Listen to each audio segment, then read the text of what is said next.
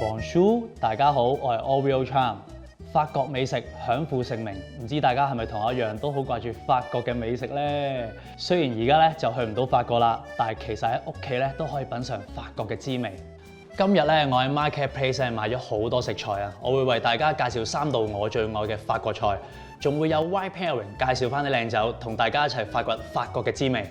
Foie gras 咧其實係指肥肝，可以係鴨肝，亦都可以係鵝肝。雖然鴨肝咧係法國嘅優質食材，不過而家只要到 Marketplace 就可以買到㗎啦。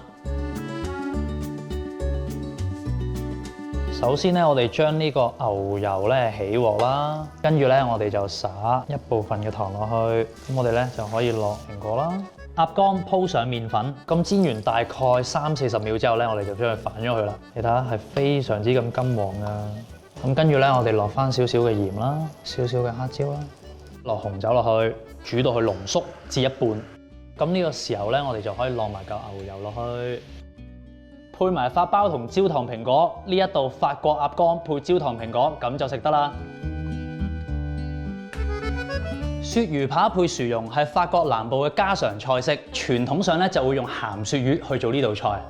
不過今次咧，我就會用鱈魚扒去做呢道菜，效果一樣咁好食㗎。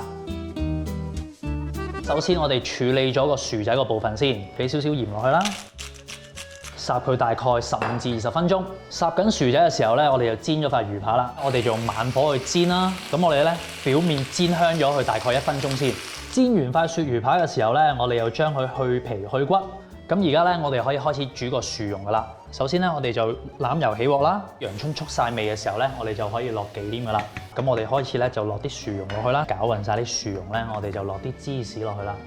我哋落翻啲鹽落去啦，胡椒，我哋就將啲魚肉咧落晒落去。鱈魚薯蓉咧，我哋落晒落個焗兜之後咧，我哋就要鋪層麵包糠上去㗎啦。焗完8至10分鐘咧，呢一道鱈魚扒焗薯蓉咧，咁就大功告成啦。我會配搭埋呢一支 Chamboullion Chablis， 清爽嘅白酒中和食物嘅油膩感，味道零舍 match。紅酒配紅肉，白酒配白肉，係 Wine Pairing 嘅基本原則。但係今日咧，我準備咗呢一支 Amito Chateau Bourbon 紅酒，配搭埋呢個法式春雞。想知點解？轉頭話你知啦。而家咧，我哋開始處理咗個雞皮先。咁我哋落少少欖油啦。咁我哋一煎到呢個表皮咧金黃嘅。咁隻雞咧開始金黃色嘅時候咧，我哋就可以落埋啲香腸落去啦。